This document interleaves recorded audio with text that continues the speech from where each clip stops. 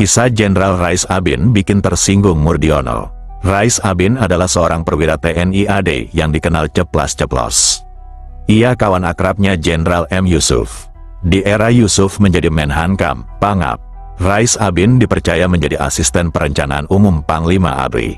Rais Abin juga dikenal sebagai Jenderal TNI pertama yang menjadi Panglima Pasukan Perdamaian PBB yang ditempatkan di Timur Tengah. Setelah itu, tak ada lagi Jenderal TNI yang punya torehan prestasi seperti yang dilakukan Rais Abin. Adapun Murdiono adalah salah satu perwira kepercayaan Presiden Soeharto. Ia lama menjadi Mensesnek menggantikan Sudarmono. Lalu kapan peristiwa saat Rais Abin bikin Murdiono tersinggung dan apa sebabnya?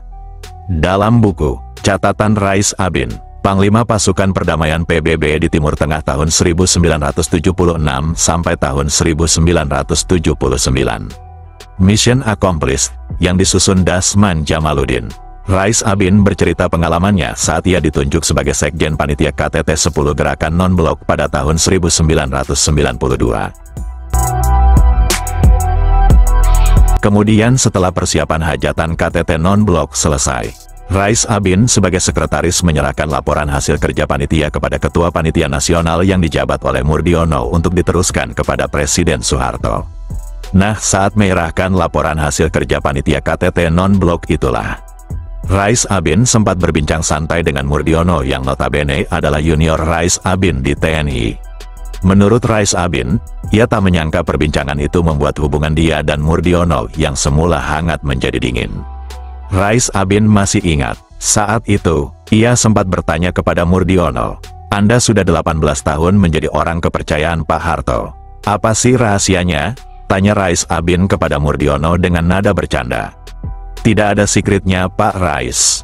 Hanya loyalitas tanpa reserve," jawab Murdiono. "Oh ya, Sudarmono juga begitu," kembali Rais bertanya. Tetapi menanyakan tentang Sudarmono yang juga menjadi orang kepercayaan Presiden Soeharto yang pernah menjadi Mensesnek sebelum Murdiono. "Sudarmono kelak jadi Wapres mendampingi Soeharto." "Iya," jawabnya Murdiono pendek. Menurut Rais Abin, pertanyaan yang ia lontarkan itu agaknya membuat Murdiono tersinggung. Karena selanjutnya Murdiono berkata, "Pak Rais, jangan kira kami tidak memiliki daya menilai."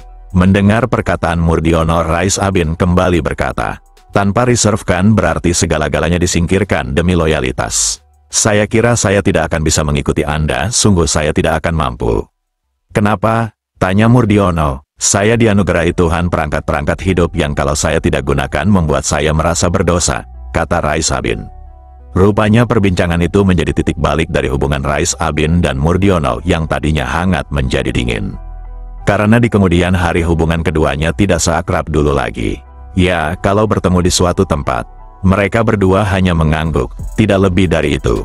Menurut Rais Abin, pertanyaan yang ia lontarkan sebenarnya hanya ingin mengetahui kenapa mereka yakni Murdiono dan Sudarmono yang dipercayai Presiden Soeharto tidak banyak menggunakan potensi yang dimilikinya.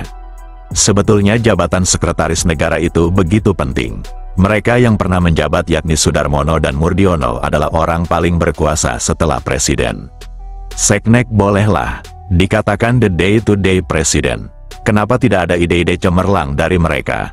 Kok segala sesuatunya tergantung Presiden Soeharto sehingga sebetulnya tidak membantu fungsi Soeharto sebagai Presiden, ujar Rais Abin heran.